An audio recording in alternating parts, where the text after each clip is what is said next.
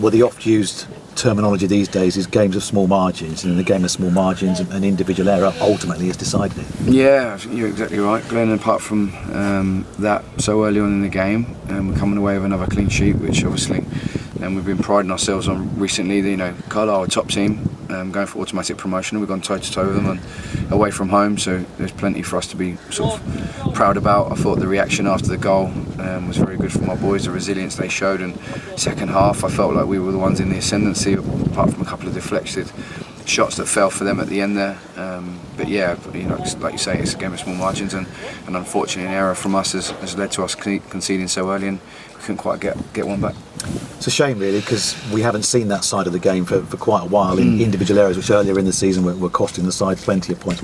We haven't seen that, and so early in the game as well. Yeah. It was obviously frustrating from our part, because we spoke a lot about, they've lost on here on Tuesday night, and we keep them quiet early and build ourselves into the game, which, although it was very early, I thought we actually started well for the first couple of minutes. I looked at us, I thought we looked organised, and only a couple of minutes in, and then that sort of individual error happens, which, like you say, earlier in the season that was costing us, but we've been able to cut them out recently. But that's been the deciding factor in a real keenly fought contest between the team that's going for automatically and ourselves, who are trying to still build our season.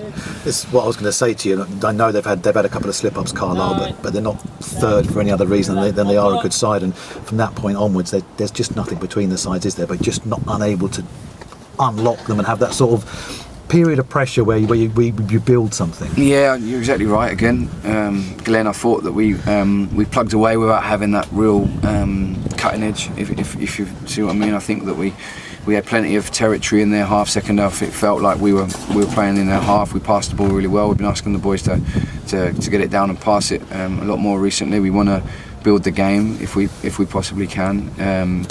But we just lacked that last little bit of cutting edge today, and we've had lots of nearly moments, but without getting the goal back. Even at the end there, and the goalkeeper is 6'9", but you always feel balls into the box now. There's a mistake coming from it. And even at the end there, you almost force it, but I guess it was a difficult chance for Noah Chill was right at the end. Yeah, it was. Yeah, and he had the ball in from Matty J that just evades John and Kwesi at the back post that goes into the side net, and there was lots of those little nearly moments. And we know football is decided by these moments, and another day one of those goes in our favour, but it wasn't to be today. But like I say, I think the character of the team, the way they kept going, I thought the subs had a big impact again. We were able to shuffle the pack and change formation a little bit, and we've learnt quite a bit today. Tuesday night and this afternoon, it does seem like sides have maybe wised up and tried to shut your wing backs down. Yeah, I think that obviously football, there's not a lot of analysis in football these days. You can't make a move without everyone knowing about it, and I think obviously we're 12 games in since we changed formation, and we've got 21 points from those 12 games, which I think we should be really pleased and proud about. But at the same time, we've got to make sure we're continually moving forward. We don't want to feel like we've just got one plan. We've got different ideas of what we want to do. We've changed formation during the game several times over those 12 games, so we've not just been in that one formation. But yeah, of course, teams are going to know your strengths and try and guard against that, which people are certainly doing against us.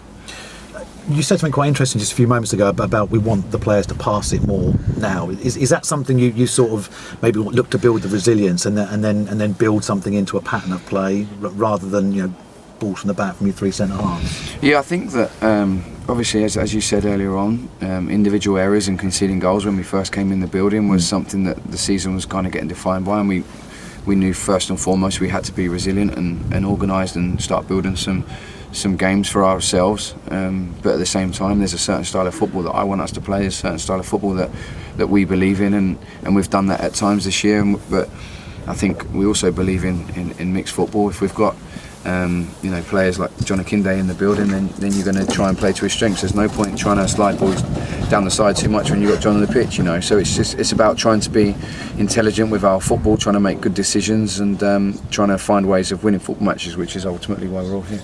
Debut for Will Grennies today. How do you feel he did? Yeah, it's obviously a proud moment for Will making his league debut for us. It's a tough one for him to come into away from home. Obviously walking into junior shoes, who's been playing so well. Will's got loads of promise, and we want to work with him and keep moving him forward, and I felt like he did well for us. the inevitable question is obviously one run ends, so you want to start another one. But the question everyone would ask now is that the sign of how far this team has come under you and how far you and your coaching staff have come, that there's an element of disappointment that you haven't got something against a side who are going for automatic? Yeah, I think there is. I think we're certainly very disappointed that we haven't got something out of the game today. We had, whilst we respect every opposition, and certainly coming to Carlisle was never going to be an easy game for us. We have good belief in what we've been building recently, and it's the end of a run. We're obviously bitterly disappointed that it's come to an end, but maybe you're correct. Maybe it's a sign of where we've come to, that we're disappointed to get beat by 1-0 away at Carlisle with an individual error being that goal. I think we've given ourselves a real good foothold in the games over the last five away games, and we need to make sure that we start to have a run for ourselves. Just one little bit of admin, the injury to Osama Ashley, you clearly tried to run it off at the start of the second half, but do you think maybe if VAR was in League Two, someone might have been looking at that challenge? Yeah, quite possibly. I think that you can see the size of the gash down the front of Ash's shin. He was down injured, and then for whatever reason we then get punished because he's not allowed to come on the pitch for what seemed like an age when he went and got treatment. So for a bad tackle on one side, we then suddenly get punished for that, which is disappointing. But yeah, look, we don't have those luxuries in League Two, and we have to deal with what we have to deal with, and we're happy to do so because we're proud of playing at this level. We're proud of the jobs. We're really pleased to have this opportunity, and we need to make sure we keep taking it.